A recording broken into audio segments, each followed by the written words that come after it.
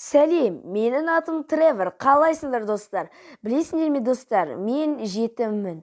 Бірақ та жақында мені біреулер асырап алған болатын. Бірақ асырап алған адамым бұл менің ең мықты жауым. Яғни ең ашуыма тиетін жауым.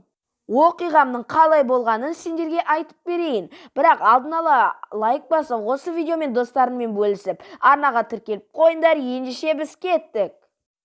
Мені ең алдымен туған анам жетімдер үйінің алдына тастап кеткен екен. Мен сол кезде 5 айлық болған екенмін. Мен сол кезде ойлаған болатынмын, егер олар мені қаламаса, неге менің өмірімді сақтап қалды деп. Бірақ тақырыбымызды басқа жерге бұрмайық. Жетімдер үйі маған кәдімгі өмір секілді болды. Себебі мен басқа өмірді білмейтін едім. Ол жақта арнайы дисциплиналармен жүретін едік. Яғни таңғы 6-да тұрамыз, 9-да өз бөлмелерімізді тазалап сөйткендей. Және де менің жетімдер үйімдегі апайларым маған сен тәрбие көрмегенсің, анау-мынау деп ұрса беретін. Бірақ мен бұған мән бермейтін едім. Өзім жай жүре беретін едім. Себебі мен біреуге жаққанды ұнатпайтын едім. Мен де бала болғасын мектепке баруым керек. Сонымен мен мектепке бардым, бірақ мен көптеген мектептерге бардым. Тіпті мені мектептерге алмайдан да болды. Себебі мен өз ісімді жұдырықпен шешетін едім. Яғни менің алдымнан байдың балдары, мажорлар, яғни солар алдынан шығып анау-мынау деп өзінше әңгіме айтқысы келетін. Ал мен өзіме бүйтіп бұйрық бергенді ұнатпаймын. Сол себепті өзімнің ісімді жұдырықпен шештім. Міне, осы себепті мені барлық мектептерден шығара беретін болатын. Мен бұған неге түсінбейді деп ойлаған болатынмын. Себебі олар байдың балдары болғандықтан ба? Мүлде түсінбедім. Содан соң көп уақыт бойы мен мектептерге кіре алмай жүрдім. Бірақ бір мектеп мені кіргізді. Мен өте қатты таң қалдым. Мені бұлар қалай кіргізді деп. Және де мен мектепке кіре алмай 2 ай бойы жүрген едім. Бұған мен қатты қуанбағаныммен, жетімдер үйіндегі менің апайларым қуанды. Міне, мен өз мектеп директорыма бардым. Ол кіре салғанда маған бірден мен сендейлердің талайын тәрбиелегенмін деп айтты. Мен оның мұндай сөзінен кейін бірден қорқып кеттім. Содан соң ол менің нағыз жауыма айналды. Біз мектепте де барлық жерде бір-бірімізге жау болып жүрдік. Барлық жерде тек Тревор Андерсон деген сөзді айта беретін болып кетті. Оның кабинетінде ең көп болған бала бұл мен шығармын. Ол мен отырғанда да үстелге дұрыстап отыр. Тревор Андерсон. Тревор Андерсон, кабинетіме жүр. Тревор Андерсон, асханадан шық. Тревор Андерсон. Тревор Андерсон басты айналдырып жібереді. Мен бұдан өте қатты шаршадым, достар. Сол себепті мен мені мектептен қуып жібергенін қаладым. Сол себепті мен одан көптеген бұзықтықтар жасадым. Яғни жарларға көптеген жазулар қалдырып кететін болдым. Қазір сәлден кейін ең сорақысын айтатын боламын. Тіпті әдейі сабақтарға да кейде қатыспайтын едім. Әрине, бұған директор өте қатты ашуланатын. Және де мектепте өте көптеген төбелестер ұйымдастыратын едім. Бірақ та маған директорымыз жаза ретінде кейде менің бағамды түсіретін немесе дежурствоға қалдыратын. Бірақ егер де мен бұны жасамайтын болсам, мектеп-интернатының директорына айтатын. Ал олар маған өте қатты жаза тағайындайтын. Мен тіпті бұдан ашуланып, оның бөлмесіне тышқан қалдырып кеткен болатынмын. Ол өте қатты бақырды. Содан кейін мен енді мектептен шынымен нақты шығам деп ойлаған едім. Бірақ та бір жайсыз хабар естілді. Бұл қандай хабар деп ойлап отырсаңдар, сендерге айтып берейін. Әлгі мен тышқан салып кеткен кабинеттегі директор бар ғой, сол мені асырап алыпты.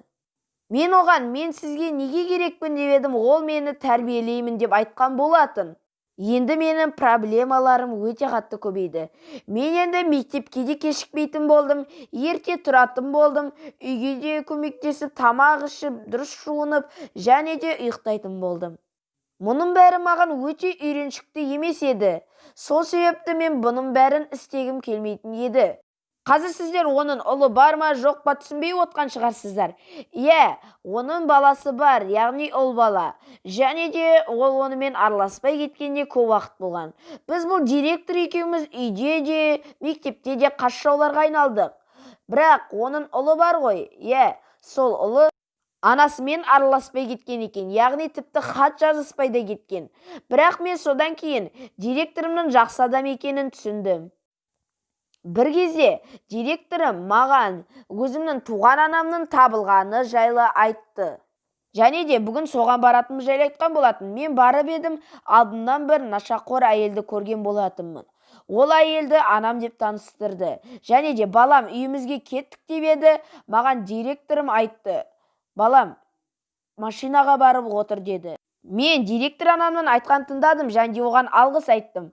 Ол менің анама не жұмыс істетіп, сізге арақ алып беретін бала қалмады ма?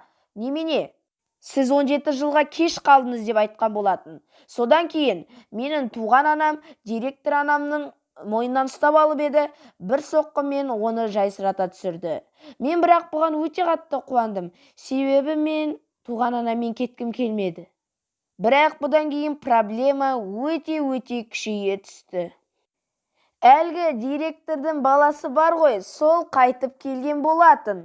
Және де ол өзінше болып маған сен анамнан қалған мұраға дәмеленбе деп айтқан болатын.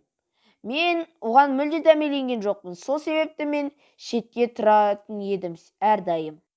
Және де ол өтірік мүлайымсып анасын сағынғаны жайлы айтқан екен. Бірақ оны бәрін директор оның ақшасы үшін ғана айтып отқанын білгенде ғой. Бірақ мен бұған енді араласпаймын деп, өзімнің бұл үйден кетемін деп шешкен едім. Және де байқаусызда директор ұйықтап жатқанда, үйден кетіп бара жатқанда мен баласының не айтып жатқанын естіп қалдым. Яғни олар бұл үйде ұрлыққа түспекші болған екен. Яғни өз анасын тонағысы келген. Мен директорға көмектеспекші болып, оған барып айтып едім, ол маған сенбей тіпті айқайлап жіберді.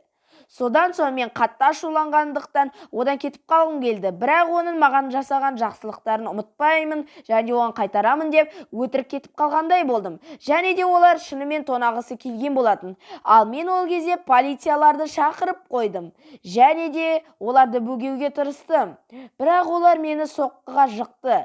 Бірақ осының да пайдасы тиді. Сол кезде полициялар бізге келіп үлгерді. Бірақ олар бірден қашып кетті. Және де директор анам мені көрген кезде шошып кетті. Және де мені енді түсінгендей болды. Содан соң мен директорге ана деп айта бастадым, ал ол мені баласы ретінде қабылдай бастады. Достар, осымен менің оқиғам аяқталды. Егер де оқиғам ұнаған болса, лайк басып арнаға тіркеліп кетеміз. Ендеше сау болыңыздар.